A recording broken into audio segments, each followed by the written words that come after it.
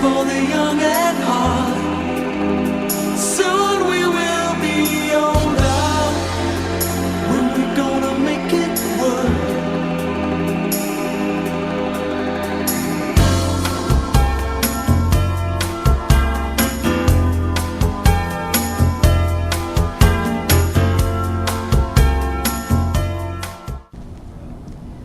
What school would you go to become a mother? There is no Parents 101, is there? At FIT-TV, we wonder why not. Knowledge in parenting is not something we're born with.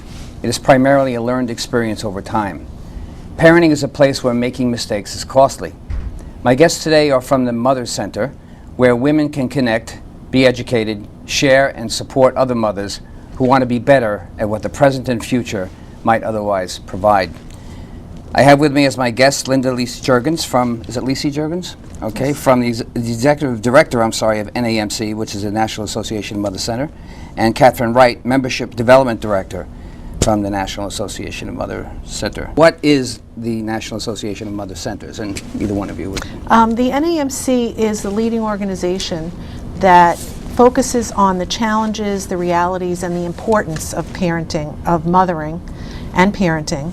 And it also is the collective voice for moms and their needs, which aren't always taken care of or addressed. People assume you know what you're doing. You know, Right. moms don't need help unless they have some deficit, you know, drugs or homelessness or something like that. And that we don't believe that that's the case. We feel that everyone who is a parent can use support around their caregiving work. Primarily specific to women. You do have. Well, it was decided to call it a Mother Center because it grew out of a research project looking at the needs of moms. A social worker named Patsy Turini in the 70s, in her practice, heard mothers who were her patients describe a lowering of their self-esteem in the 2 years after they either had a baby or adopted a baby, and she was curious about what that was about.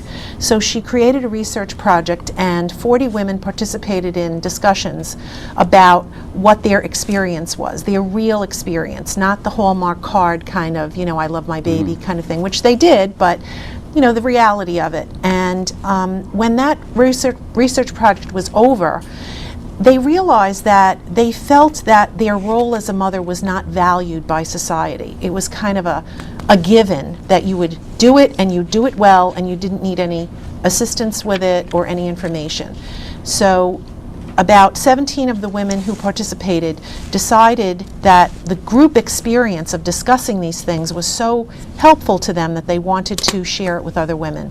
So they took a year to work on a model of a program, and they called it the Mother Center because it was the mothers who wanted it, the mothers who created it, and it also grew a little bit out of the women's health movement of the 70s. So there was a strong focus on pregnancy and delivery.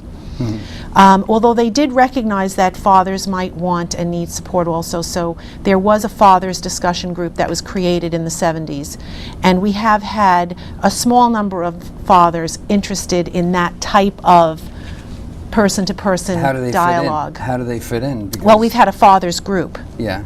Just for fathers, with a father facilitating. Called, and that's still the Mother Center, and it's still the Mother Center, right? And the Father's just branch. The Father's Auxiliary. Okay.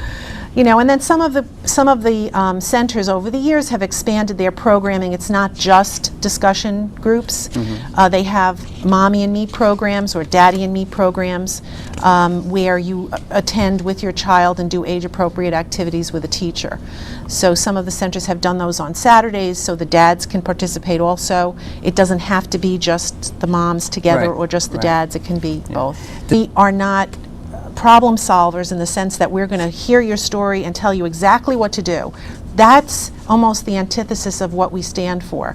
We want you to know lots of different choices that you may have in your circumstances, and how we bring those different choices is by having other people share similar experiences. So you can go home and say, gee, you know, that person did XYZ in a similar situation. That sounds like a good idea to me. I'll try that. But no one is going to say you should do this or you should do that. And that's part of what people learn in our program. How to communicate, how to listen very well and communicate without judgment. It's not about commiserating. You know, that's really not what it's about, bringing mothers together. It's bringing mothers together so that they can be heard, so that they can express their anxieties, their worries, their concerns, which largely become about themselves and their capacity as a mother, their ability as a mother.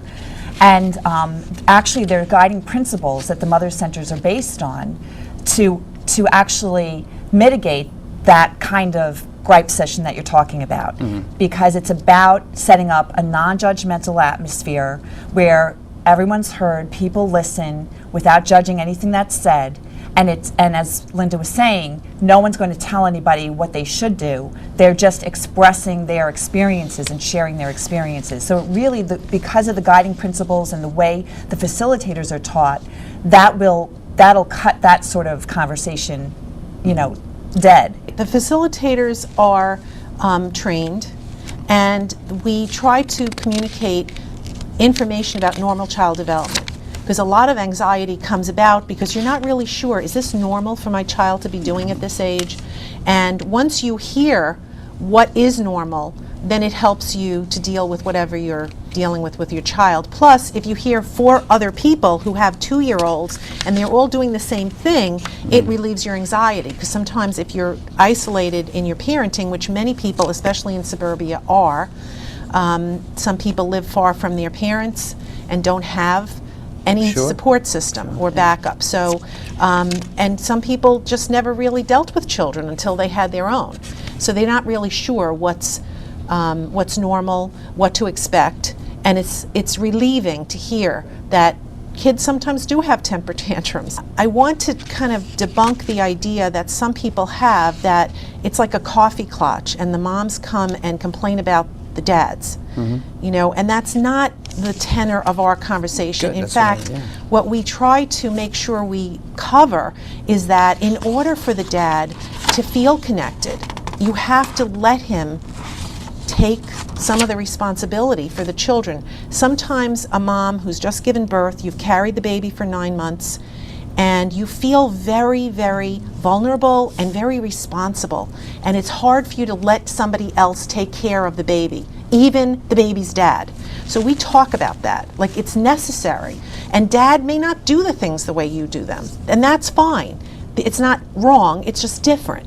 And children benefit from having more caregivers in this that are really attached to them. That's partly what our job as a national office is to bring information, bring the latest research, bring that to the local centers so that the women can access that. Catherine, this is a resource center. In a sense. Absolutely. You work on, according to the notes here, developing communication skills and confidence in parenting. Right. The way the discussion group outlines are formulated and the way the facilitators are trained, it really helps them to model a form of communication that's accepting. It's a non-hierarchical structure that they're working in, so it's peer facilitation. Nobody's the outstanding leader per se, but everybody gets to participate, and they're really encouraged to learn from one another.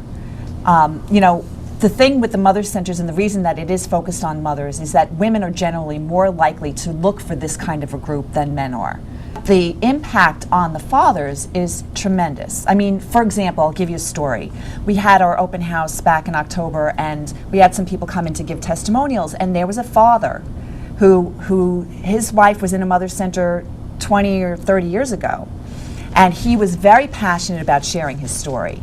Because when they had their first child, something that you would think is very typical and very normal, their baby was colicky. But at the end of the day, his wife would be stressed, not being able to wait another minute to hand the baby over to him. Meanwhile, he'd been working all day and all he wanted to do was come home and kick back, right? So it was stressing their marriage. Well, she joined a mother center and she was able to find solutions. She was able to find peace. She was able to get a break that only helped support their marriage in being stronger instead of being impacted with stress.